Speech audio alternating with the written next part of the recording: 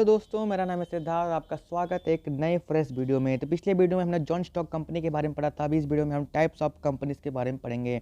ठीक है, तो on the basis of ownership the companies can be classified into following category. ठीक है, तो ओनरशिप के बेसिस पे कंपनी 3 टाइप पे जो है क्लासीफाई हैं। ठीक है, एक है private limited company, 1% company, public limited company. ठीक है, तो सबसे पहले हम प्राइवेट लिमिटेड कंपनी के बारे में पढ़ते क्या कि ये है क्या। देखिए, private company as per section 268 of Indian company act 2013, private company means a company which by its article. ठीक है, private company Indian company act 2013 के सेक्शन 268 के तहत वो प्राइवेट कंपनी है जो ये 3 आर्टिकल को फॉलो करती है। पहला, restrict the right to transfer its share. देखिए, प्राइवेट कंपनी में शेयर को ईजिली खरीदा या बेचा नहीं जा सकता। ठीक है, वहाँ शेयर को जो है ईजिली ट्रांसफ़र नहीं किया जा सकता। ठीक है, अब यहाँ दूसरा है has minimum 2 and maximum 200 member excluding the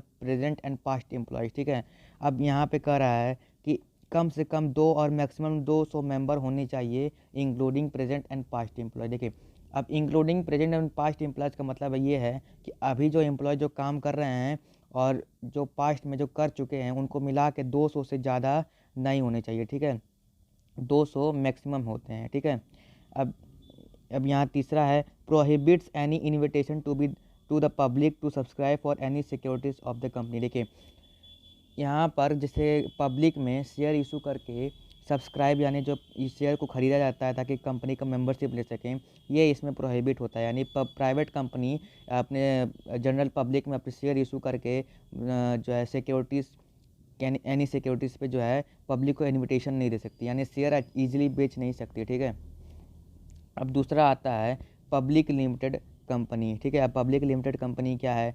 ठीक है, तो public company is a company which is not private company. देखिए, पब्लिक जो कंपनी होती है वो एक ऐसी कंपनी जो प्राइवेट कंपनी नहीं है। ठीक है, अब यहाँ पर हम आप समझ जाएंगे अच्छे से। As per the company act, a public company is the one which in which, public company वो कंपनी है जो ये 3 को फॉलो करती है। ठीक है, तो पहला क्या कर रहा है, has minimum 7 members and maximum no limit. ठीक है, कम से कम 7 मेंबर्स जो हैं उस कंपनी के होंगे मिनिमम, और मैक्सिमम नो लिमिट है, मैक्सिमम कितने भी हो सकते हैं। ठीक है, अब दूसरा क्या कर रहा है, has no restriction on transfer of security. देखिए, प्राइवेट जो कंपनी थी उसमें अपना शेयर इशू करना या फिर सिक्योरिटीज़ को ट्रांसफ़र करना प्रोहिबिट था, लेकिन इसमें क्या है, कोई ऐसा रिस्ट्रिक्शन नहीं है अपने सिक्योरिटीज़ को ट्रांसफ़र करना। ठीक है, अब तीसरा पॉइंट क्या कर रहा है, no prohibited to invite general public to subscribe its security. यानी यहाँ पर शेयर इशू करना जो है यहाँ प्रोहिबिट नहीं है। ये जो पब्लिक लिमिटेड कंपनी होती हैं वो अपना शेयर जनरल पब्लिक में इशू कर सकती हैं ताकि वो शेयर जो जनरल पब्लिक है वो शेयर खरीद के कंपनी के मेंबर बन सकें। ठीक है, अब यहाँ पे लिखा है a private company which is the subsidiary of public company is also treated as public company. ठीक है, अब इसमें यहाँ पर यहाँ एक पॉइंट लिखा है, इसको अच्छे से समझिए। देखिए, प्राइवेट कंपनी जो कि एक पब्लिक कंपनी की सब्सिडरी है, ठीक है, वो पब्लिक कंपनी जैसे ही ट्रीट होगा भले ही वो प्राइवेट कंपनी हो। ठीक है, अब यहाँ पे जो पब्लिक लिमिटेड कंपनी होती हैं वो 2 प्रकार की होती हैं। ठीक है, पहला है कंपनी लिमिटेड बाय गारंटी। ठीक है, इसका मतलब ये है, it means a company having the liability of its member limited by the memorandum to such amount as the member may respectively undertake to contribute to the asset of the company in the event of being wound up। ठीक है, तो इसका मतलब ये है कि company limited by guarantee का मतलब ये है कि ये कहना चाह रहा है कि जब कंपनी वाउंड अप, यानी जब वो कर्ज, जैसे कर्ज एग्जांपल ले रहे हैं कि अगर वो कर्ज में है और अपना जो है वाउंड अप हो रहा है, मतलब कि जो है कर्ज चुकाने की स्थिति में है, तो इसमें क्या कि ये गारंटी देती है कि जितने भी उस कंपनी के मेंबर है सभी की लायबिलिटी लिमिटेड होगी और उन्होंने जितना तक कैपिटल लगाया है वहीं तक उनकी जो है कि लायबिलिटी उतनी तक लिमिटेड रहेगी। ठीक है, ताकि वाउंड अप की स्थिति में वहाँ तक कंट्रीब्यूट हो सके। ठीक है, यहाँ पे आप देख सकते हैं, member limited by memorandum to such amount as the member में respectively undertake to contribute to asset of the company.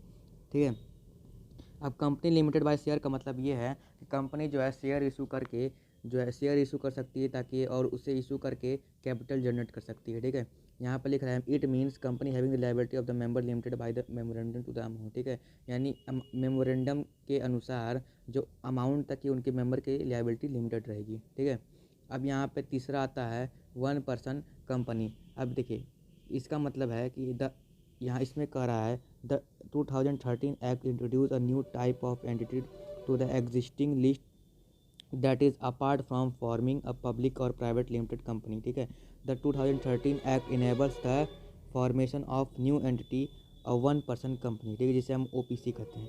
तो ये कह रहा है 2013 एक्ट के जो है एक ऐसा नया टाइप का जो है बिजनेस इंट्रोड्यूस करता है जो कि पब्लिक और प्राइवेट लिमिटेड कंपनी के बहुत अलग है। ठीक है, ये क्या एक्ट क्या कह रहा है कि एक 1 पर्सन कंपनी होगी जिसका मतलब है कि कंपनी का सिर्फ एक ही पर्सन होगा, मेंबर होगा। ठीक है, यानी उस पूरे कंपनी का एक ही मेंबर होगा, वही पूरी कंपनी को चलाएगा। ठीक है, अब यहाँ पे रिक्वायरमेंट के बारे में बात करते हैं कि OPC का रिक्वायरमेंट यानी 1 पर्सन कंपनी का रिक्वायरमेंट क्या है। तो पहला ये है कि no person shall be eligible to incorporate more than 1 OPC और become nominee in more than 1 such a company. ठीक है, अब कोई भी पर्सन जो है एक से ज़्यादा जो है 1 पर्सन जो कंपनी एक से ज़्यादा वो कंपनी को नहीं खोल सकता। ठीक है, अब दूसरा कह रहा है OPC to compulsory convert itself into public और private company in certain cases. ठीक है, अब कुछ केसेस में एक मिनट, अब कुछ केसेस में OPC को ये कंपलसरी हो जाता है कि वो अपने आप को पब्लिक या प्राइवेट कंपनी में कन्वर्ट कर दे। अब कौन सा केस है, where the paid up share capital of an OPC exceeds by 50 lakh rupees. ठीक है, और its average annual turnover during the relevant period exceed 2 crore rupees if such case to be entitled to continue as 1 person company. ठीक है, इसका कहने का मतलब ये है कि अगर उसका पेड अप कैपिटल जो है 1 पर्सन कंपनी का 50 लाख रुपीज़ से ज़्यादा हो जाता है, या फिर उनका एवरेज एनुअल टर्नओवर जो है कि ड्यूरिंग द टाइम पीरियड में एवरेज एनुअल टर्नओवर 2 करोड़ रुपए से ज़्यादा हो जा रहा है, तो उसको अपने आप को या तो पब्लिक लिमिटेड में या तो पब्लिक कंपनी या तो प्राइवेट कंपनी में कन्वर्ट करना पड़ेगा। ठीक है, अगर ऐसा नहीं है तो वो अपने आप को 1 पर्सन कंपनी में रख सकती है। ठीक है, अब यहाँ प्रिविलेजेस और benefits of private company over public company के बारे में पढ़ते हैं कि आखिर जो प्राइवेट कंपनी है पब्लिक कंपनी के ऊपर मतलब कि क्या बेनिफिट्स है प्राइवेट कंपनी को पब्लिक कंपनी के ऊपर। ठीक है, अब यहाँ पर पहला प्रिविलेज हम पढ़ते हैं। पहला कह रहा है a private company can be formed with only 2 members whereas at least 7 members are needed to form a public company. ठीक है, अब इसमें कह रहा है कि प्राइवेट कंपनी स्टार्ट करने के लिए कम से कम जो मिनिमम कंपलसरी हैं वो 2 मेंबर होंगे। ठीक है, अब पब्लिक कंपनी में क्या है कि मिनिमम जो है कम से कम 7 होंगे। ठीक है, इसमें पब्लिक कंपनी में क्या कम से कम 7 होने चाहिए और प्राइवेट में कम से कम मिनिमम 2 होने चाहिए। ठीक है, तो ये एक बेनिफिट है प्राइवेट कंपनी का। ठीक है, अब दूसरा कह रहा है कि a private company must have at least 2 director whereas public company must have minimum 3 director. ठीक है, अब प्राइवेट कंपनी का क्या है कि वो अब जब अपना कंपनी में कम से कम 2 डायरेक्टर को रख सकता है। ठीक है, कम से कम 2 डायरेक्टर होने चाहिए। ठीक है, अब पब्लिक में क्या है कम से कम 3 होंगे। ठीक है, तो यहाँ इसका एक बेनिफिट हो जाएगा प्राइवेट कंपनी का। ठीक है, वो 2 से काम चला सकता है लेकिन पब्लिक को कम से कम 3 रखने ही पड़ेंगे। ठीक है, अब तीसरा कर रहा है it is not compulsory for a private company to maintain index of its member whereas it is mandatory for public company to maintain the index. ठीक है, अब इंडेक्स का मतलब ये हो रहा है कि अपने जितने भी मेंबर्स हैं उनका जो है उनका हिसाब किताब उनका पूरा एक तरह से ईज़िली मैं बताऊँ तो पूरा कुंडली जो है मेंटेन करके रखना पड़ता है। प्राइवेट कंपनी को ये मेंटेन करना ज़रूरी नहीं है जबकि पब्लिक कंपनी को ये कंपलसरी है। ठीक है, अब यहाँ चौथा पॉइंट कर रहा है कि a private company can issue loan to its director without prior permission of government whereas public company must take permission of government before giving loan to its director. देखिए, अब जो कंपनी का जो director होता है वो पूरे company को चलाता है। अगर उस डायरेक्टर को लोन की ज़रूरत है या पैसे की ज़रूरत है तो प्राइवेट कंपनी क्या करती है ईजिली उसको लोन बिना गवर्नमेंट से पूछे अपने डायरेक्टर को लोन ईजिली दे सकती है। ठीक है, लेकिन जो पब्लिक कंपनी है उसमें ऐसा नहीं है, उसको बिना गवर्नमेंट के इजाज़त के बिना वो दे नहीं सकती। ठीक है, उसे गवर्नमेंट का इजाज़त लेकर अपने डायरेक्टर या किसी मेंबर को लोन देना पड़ेगा। ठीक है। अब यहाँ 5वां पॉइंट कर रहा है, it is not compulsory for private company to hold a statutory meeting and file statutory report with the registrar.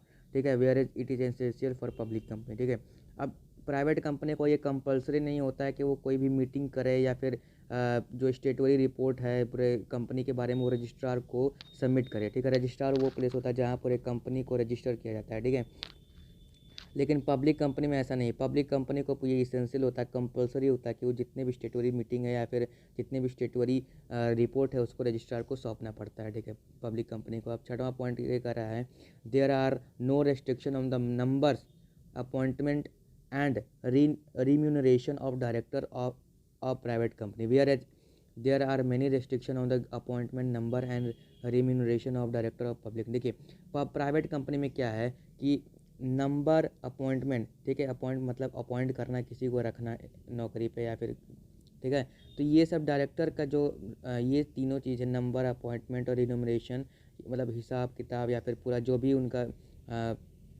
Formalities वगैरह है, ये कोई इसमें रेस्ट्रिक्शन नहीं होता है प्राइवेट कंपनी को। लेकिन पब्लिक कंपनी को बहुत सारे रेस्ट्रिक्शन होते हैं ये सब डायरेक्टर के प्रति। ठीक है, अब 7वां पॉइंट ये कर रहा है, it is not necessary for a private company to issue a prospectus whereas it is essential for a public company। ठीक है, अब प्रोस्पेक्टस क्या होता है कि देखिए, अब प्रोस्पेक्टस एक डॉक्यूमेंट टाइप होता है जो कहता है कि अपने कंपनी के बारे में बताता है कि कहाँ उसमें आप पैसा लगा सकते हैं। ठीक है, क्यों आप उस कंपनी में पैसे लगाएंगे या फिर क्यों आप उसका शेयर खरीदेंगे।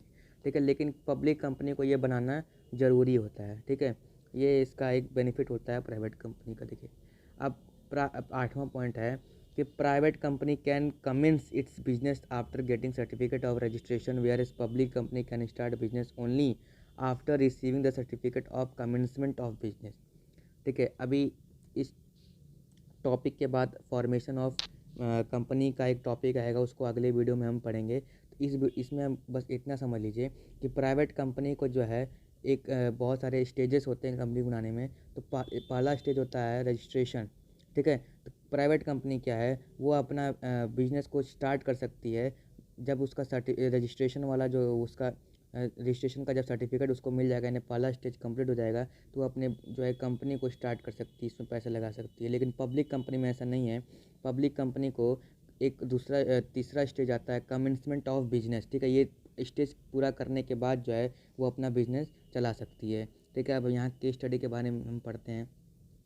तो केस स्टडी में है कि अब Bharat private limited was promoted in 2005 by a group of 5 friends. ठीक है, 2005 में 5 दोस्तों के ग्रुप में भारत प्राइवेट लिमिटेड को प्रमोट किया था, यानी बनाया था। ठीक है, as a business of the company has grown considerably over the year, its management is not now planning to convert it into public company। ठीक है, and raise fund through public subscription of funds for expansion of project। देखिए, अब कई सालों में business अचानक से grow हुआ, बहुत सारे उसमें प्रॉफिट हुआ, तो मैनेजमेंट को ये 5 दोस्त जो हैं मैनेजमेंट को प्लान करते हैं और सोचते हैं कि ये जो प्राइवेट कंपनी है इसको पब्लिक कंपनी में कन्वर्ट कर दिया जाए, और जो नॉर्मल जो पब्लिक है, जनरल पब्लिक है, उनमें शेयर इशू करके पैसे के लिए रेस किया जाए, रेस फंड किया जाए। ठीक है, यानी शेयर बेचा जाए और उसके कैपिटल को बढ़ाया जाए ताकि जो ग्रोथ हो सके, एक्सपेंशन हो सके। ठीक है, तो अब इसमें बता रहा है